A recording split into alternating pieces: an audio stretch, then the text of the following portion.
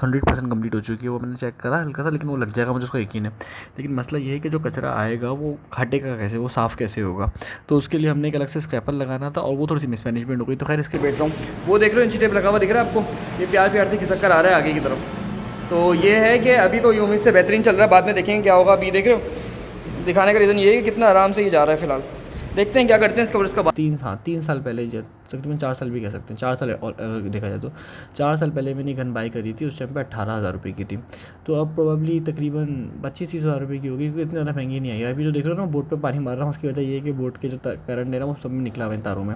और इस निकालने का रीज़न सबसे बड़ा यही था कि मैं इनको कभी ऐसा ना हो कि बोतल से सुकून से खाली कर रहे हूँ, क्योंकि अगर आप बोतल से सुकून से खाली करेंगे ना, फिर तो आप भी खाली हो सकते हैं, अल्लाह ना करे। लेकिन ये तरीका कार है। तो सिंपली मैंने क्या किया, पहले पूरी पोजीशन सेट कर ली, सब चीज़ें चेक कर ली, ऑल सेट। इसको ला के रख लिया, फॉर्मेलिन मेरे हाथ के अंदर है। अस्सलामुअलैकुम and welcome back to another episode. आज की दोस्तों उम्मीद करते हैं आप लोग खैरियत से होंगे, फिट होंगे, अपनी ज़िंदगी में मसरूफ़ होंगे। तो भाई आज की जो ये वीडियो है ना, अगेन वो केजेस से स्टार्ट करेंगे। और आज के टाइम में तो ना कुछ काम है छोटा मोटा केजेस का, उसको निपटाएंगे। उसके बाद एक छोटा सा काम और है, वो उसके बाद बताएंगे। पहले पर कोशिश करते हैं कि आज केजेस के काम जो ना काफ़ी हद तक निपटा लें। अच्छा, आज करना है क्या क्या आपको ज़रा समझा देता हूँ मैं। आज करना है क्या है, हमने यहाँ पर लगानी है बेल्ट, जो इसके उसके लिए इस्तेमाल होगी हमारे, किसके लिए, हमारे तो ना क्लीनिंग वगैरह के लिए इस्तेमाल होगी। उसके अलावा यहाँ पे खाने के कुछ फीडर्स लगाने वो पड़े हुए हैं, वहाँ पे उनकी सेटिंग करनी है। तो आज मोटा तो ना 2 केजीज़ का काम है। एटलीस्ट इस काम को तो ना कुछ फाइनलाइज़ कर लेंगे। मेरे हिसाब से अल्हम्दुलिल्लाह 3 महीने हो गए, मैं कहा था रमज़ान से पहले फाइनलाइज़ कर लेंगे, लेकिन टाइम ही नहीं मिला। चीज़ें डिले होती रही। आज भी बाई चांस काम मूड नहीं था, तो मैं कहता चलो स्टार्ट तो करते हैं इस काम को, बस ख़त्म कर लेते हैं, बहुत हो गया फालतू में। एक जगह भी ज़ाया जा रही है, रिसोर्सेज भी ज़ाया जा रहे हैं, टाइम भी ज़ाया जा रहा है। तो आज इस केज को मैक्सिमम निपटा के उसके बाद हम बात करेंगे। तो शुरू करते हैं। आपको ज़रा बता देता हूँ क्या क्या था। पहले ये वाली बेल्ट है, इसकी सारी चीज़ आपको ज़रा समझा के लगाने के बाद फिर बताते हैं किस तरीके से लगेगा, क्या लगेगा, ठीक है। ये बेसिकली फीट की लाइन है, जो आप लोगों को पहले भी दिखाया था। वो आज इसको इंस्टॉल करते हैं और उसके बाद थोड़ी सी गंदी हो रही है, काफ़ी टाइम से मिट्टी में पड़ी हुई है। लेकिन ये है कि अब ये जो ना प्रॉपर वे के अंदर इसको स्टार्ट करके इससे काम शुरू करेंगे और इन सबको तो ना एक करके लगाना शुरू करेंगे। तो चलिए हम भी इसको कनेक्ट करते हैं, उसके बाद देखते हैं क्या करना है, किस हिसाब से करना है। ज़्यादा नहीं है, मेरे पास आधे केजीज़ की हैं, लेकिन इसमें साइज़ में थोड़ा डिफरेंस है। तो मैंने कहा पहले आधे में लगा के चेक करता हूँ, बस सही रहा तो इसी को साइज़ में रखेंगे, वरना छोटा बड़ा करके देख लेंगे। वो काम तो जब तक होगा उससे पहले एक काम छोटा सा और है, वो हमने करना है ये वाला बेल्ट वाला काम। तो उस पर तो मुझे लग रहा है कि आज की डेट में शायद पॉसिबल ना हो पाए, तो इससे बेहतर है कि बेल्ट वाला काम शुरू कर लेते हैं और यहाँ पर बेल्ट वेल्ट लगा के उसके बाद बात करते हैं क्या करना है, किस हिसाब से करना है। तो बेल्ट जिस तरह लगेगी अभी आपको समझ में नहीं आएगी, पहले लगाते हैं उसके बाद बात करेंगे। बेसिकली इस तरह के मेरे पास कुछ ये हैं एंगल, जो ये कहते हैं इसको ब्रैकेट्स हैं, इसके थ्रू मैंने इसको फिट करना है। पहले बेल्ट को फिट करेंगे, उसके बाद फिर बात करेंगे, सही है। अच्छा भाई, क्या कहते हैं, अब जो था ना वो इसको टाइट करना था अच्छे से। उसकी वजह सारी ये थी कि बेसिकली केज तो हमारा, यानी कि जो बेल्ट वाली सेटिंग है वो तो ऑलमोस्ट 100% कंप्लीट हो चुकी है। वो मैंने चेक करा हल्का सा, लेकिन वो लग जाएगा, मुझे उसका यकीन है। लेकिन मसला ये है कि जो कचरा आएगा वो हटेगा कैसे, वो साफ़ कैसे होगा। तो उसके लिए हमने एक अलग से स्क्रैपर लगाना था और वो थोड़ी सी मिसमैनेजमेंट हो गई। तो खैर स्क्रैपर की नई जुगाड़ सोची है और इंशाल्लाह ताला वो 100% काम करेगी। अभी आपको स्नैपर समझ में नहीं आएगा। स्नैप जो वो है बेसिकली स्क्रैपर है, वो आपको जब समझ में आएगा जब हम इसको प्रॉपर तरीके से, इसको क्या कहते हैं, जब इसमें कचरा आना शुरू हो जाएगा। तो इंशाल्लाह अगर अल्लाह ने चाहा तो इसी वीक के अंदर आपको समझ में आ गया होगा कि बेसिकली 2 पट्टियाँ लगाई है मैंने। इन 2 पट्टियों के बीच में से बेल्ट निकलेगी। अभी आपको समझ में आ जाएगा थोड़ी देर के अंदर। तो बेल्ट जब निकलेगी बीच में से, तो फिर अच्छे से जो ना वो गन वगैरह उसका साफ़ हो जाएगा बेहतर तरीके से। खैर ये बेल्ट है, इसको मैं पहले ही से इसके ऊपर रोल करके लेकर आया था ताकि मुझे लगाने के अंदर और सब चीज़ों को करने में आसानी हो जाए। पर समहाउ तो उसे फेलियर आ गया और इसमें 2 बोल्ट टाइट होंगे अच्छे से, ताकि ये इसका दोनों बैलेंस भी अच्छे से हो सके। अभी फ़िलहाल सिर्फ और सिर्फ ट्रायल के ऊपर है, तो हमने कहा खाली रख के चेक करते हैं क्या रिस्पॉन्स आता है। तो अभी सिर्फ और सिर्फ समझ लें कि ट्रायल है।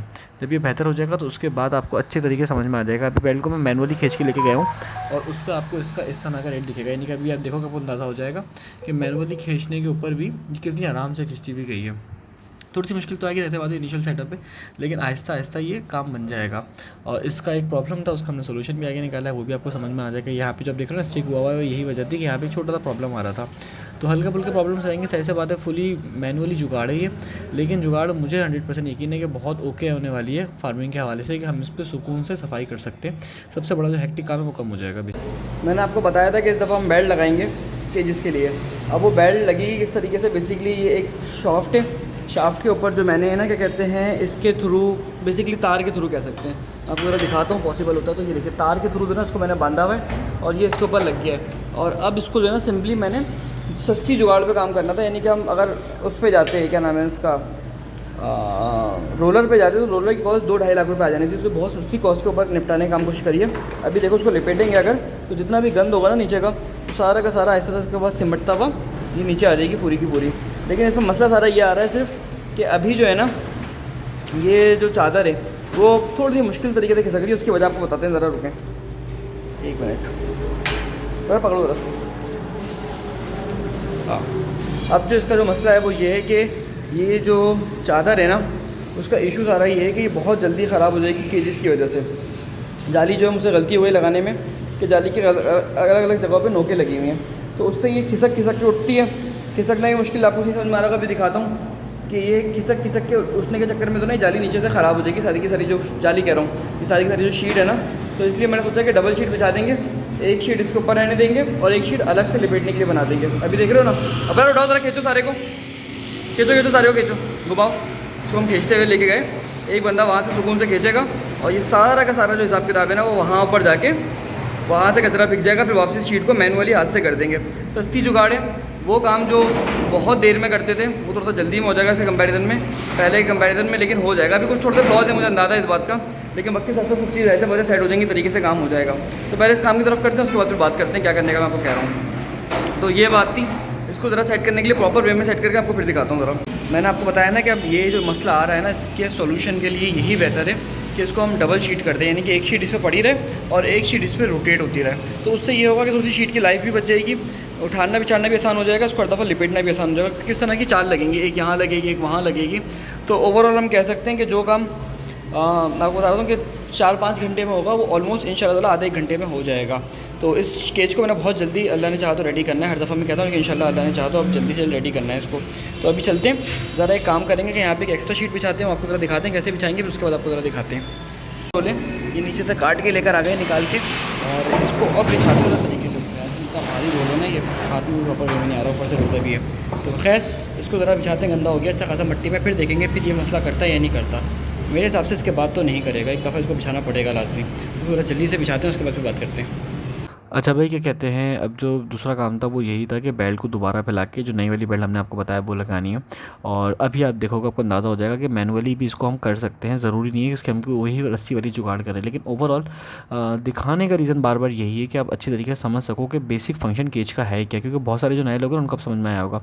हल्का सा केज नीचे का टेढ़ा लग रहा होगा, उसकी वजह ये थी कि हमने परसों के साथ थोड़ी सी जो आजमाइश करी तो हल्का सा टेढ़ा हो गया केज, लेकिन वो मसला नहीं है, वो इंशाल्लाह वेल्डिंग वाला आएंगे तो उनके साथ मिलकर दोनों सेट कर लेंगे।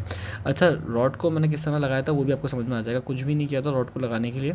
रॉड में बेसिकली थोड़े से होल किए और उसको मैंने उसके बाद तार से बांध दिया, यानी कि हल्की सी कील ठोक के उसमें होल हो गया। इसी तरीके से उसको तार बांध के, उसको रॉड में ऑलरेडी एक होल है तो तार से सिंपली इसको बाइंड कर दिया ताकि अच्छे से मजबूती आ जाए। तो ये पहले से मेरे पास एक होल था, दोनों तरफ दो होल है, यानी कि एक होल यहाँ पर एक होल वहाँ पर है। तो मैंने इनको डायरेक्ट कीले उसमें ठोक के इसको इस तरीके से तार से बांध दिया। देखते हैं जुगाड़ कब तक काम करेगी, पर मेरे हिसाब से काम करेगी। आप लोग ज़रूर बताएगा आपके ख्याल में करेगी नहीं करेगी। अब ये जो ना ये है कि उठाने बिठाने में सुकून हो जाएगा। अच्छा, मैंने अभी जो सोचा ना, अभी तो हम इसको मैनुअली खींच रहे हैं, डाल रहे हैं। लास्ट में बताया मैं क्या करूँगा कुछ दिनों के अंदर, मैंने एक जुगाड़ सोची है। जुगाड़ सोची नहीं है, वीडियोज़ ही देखी थी यूट्यूब पे। तो एक साहब थे, उन्होंने क्या किया हुआ, इसके आगे एक रस्सी बांधी हुई है, रस्सी को अटकाया हुआ इसके अंदर। तो यूँ खींच के इसको आगे लेके जाओ, वहाँ से इसको वापसी खींच के ट्रे को वापसी लेकर आ जाओ। तो अब ये है कि डबल शीट होने की वजह से फ्रिक्शन जो है वो भी मिनिमम रहेगा, और जो फ्रिक्शन रहेगा वो नीचे वाले पे रहेगा, यानी कि ऊपर का तो फ्रिक्शन ना होने के बराबर हो जाएगा, लेकिन जो नीचे वाला हिसाब किताब है उससे वो रगड़ नहीं खाएगा बस।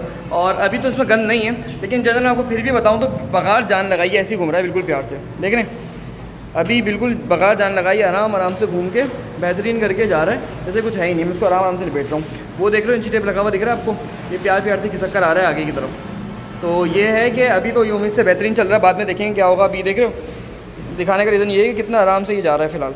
देखते हैं क्या करते हैं इसका। इसका बाम हो गया, अभी चलना है घर की तरफ, क्योंकि वहाँ की थोड़ी सी तो ना धुलाई करनी है, और उसके बाद वहाँ पे तो ना नए चूज़े छोड़ने हैं, तो उनकी भी तैयारी करनी है। इंशाल्लाह एक आध दिन में नए चूज़े आ जाएंगे अल्लाह ने चाहा।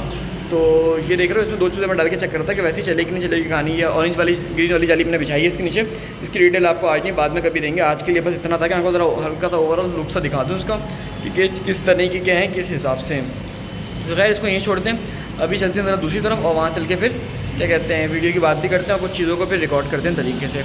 अभी यहीं पे इसको रोक लेते हैं, क्योंकि आपको बताया कि रमज़ान चल रहे हैं और ये टाइम हो रहा है असर का, शरीर नींद वाला टाइम नहीं होता, सुबह इससे जाओ तो वहाँ से ये वो चीज़ें कर आके हाथ पाथ तस्वीर कर लिया। तो चलें घर चलते हैं, उसकी वॉशिंग मशीन करके उसके बाद बात करेंगे। आप लोगों को मैंने कहा था कि दिन में मैंने जाके देना वो करनी है, क्या करनी है, बेसिकली यहाँ की सफाई करनी है।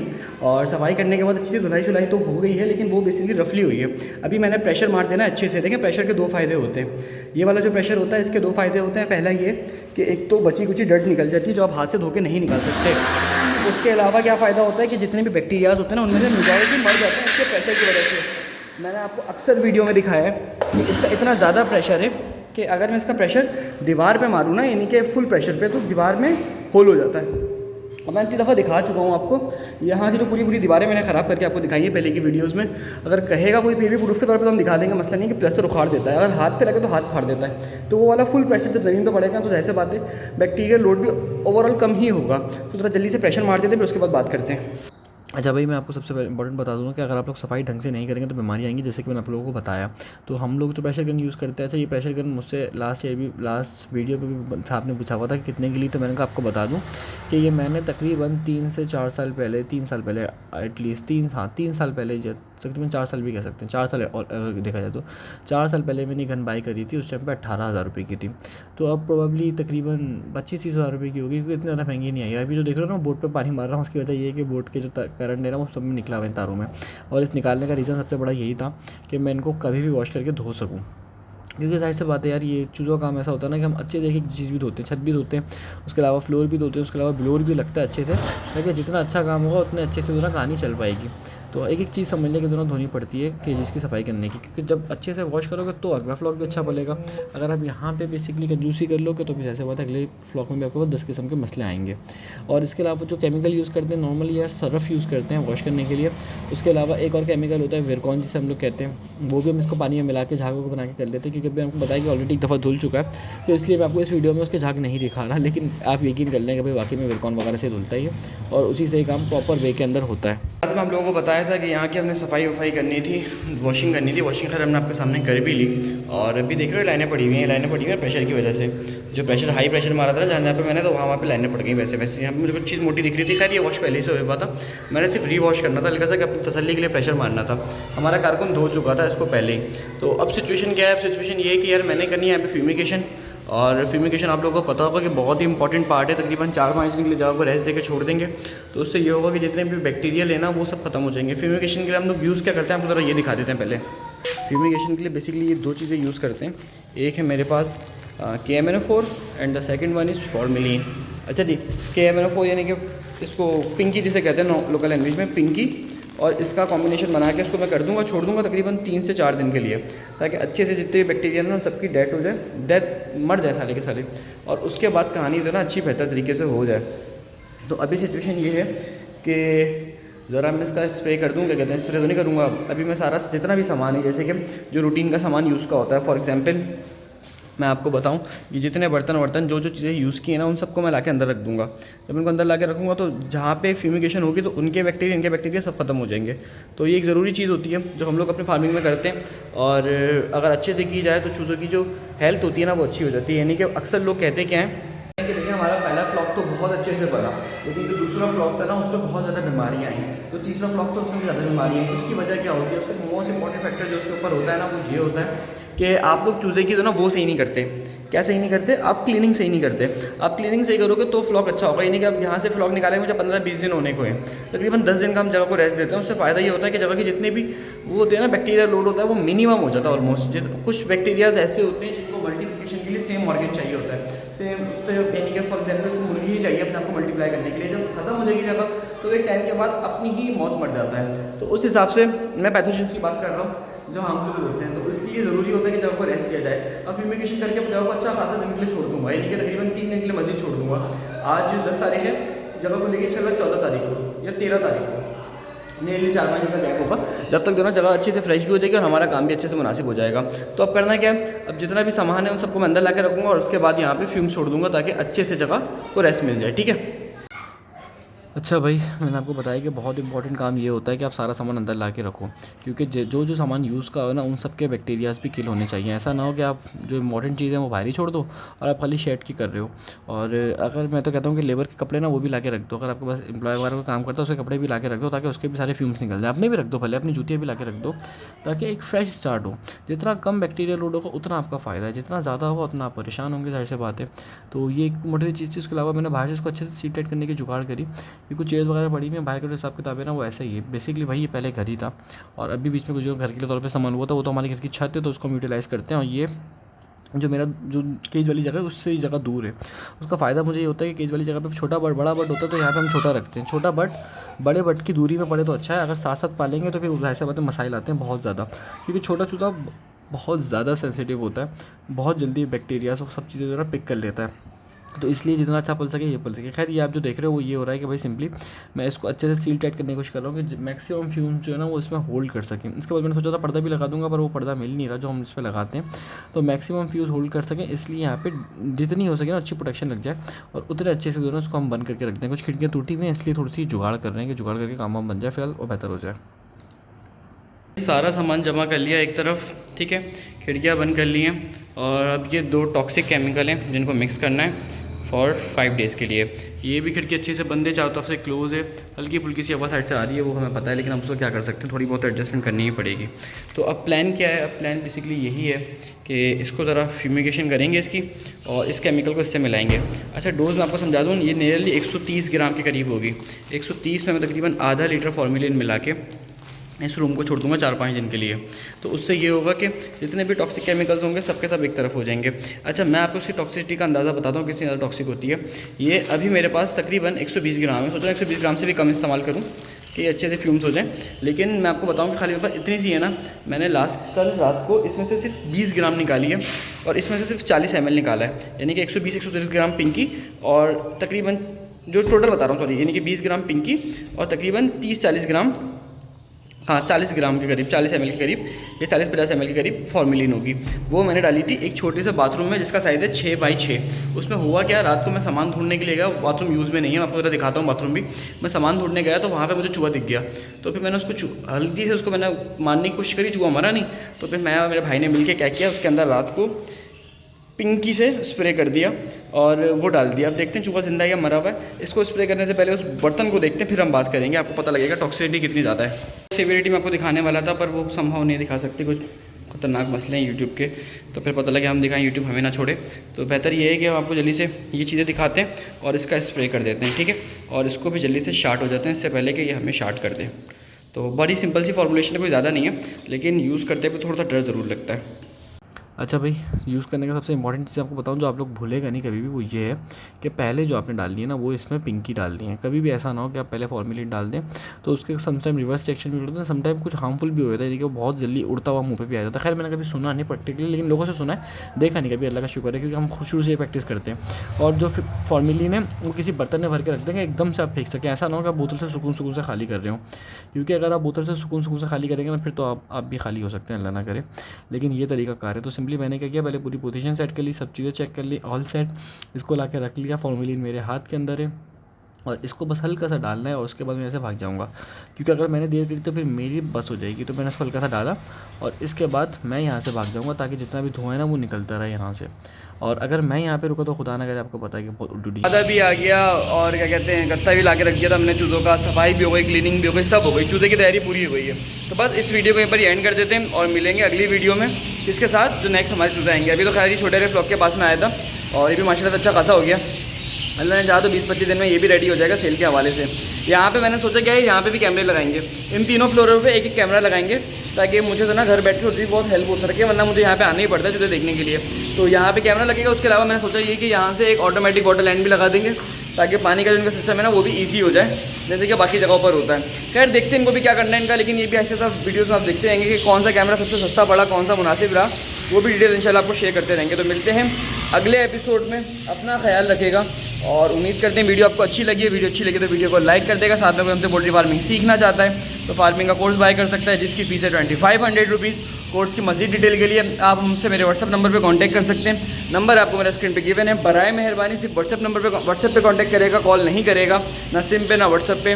और डिटेल जो है कोर्स की आपको शेयर कर दूँगा। इसी कोर्स में है कि हमारी PDF है, वीडियोज़ हैं, साथ में पूरे 1 साल की कंसल्टेशन है, साथ में आपको कोई भी हेल्प चाहिए हो रिगार्डिंग मेडिकेशन, मेडिसिन या किसी भी हवाले से, तो आप मुझसे कॉन्टैक्ट कर सकते हैं। इंशाल्लाह ताला मैं अवेलेबल हूँ आपके साथ। तो उम्मीद करेंगे कि वीडियो आपको अच्छी लगी। वीडियो अच्छी लगी तो वीडियो को लाइक करेगा। मिलते हैं अगले एपिसोड में, अपना ख्याल रखेगा। अल्लाह हाफ़िज़।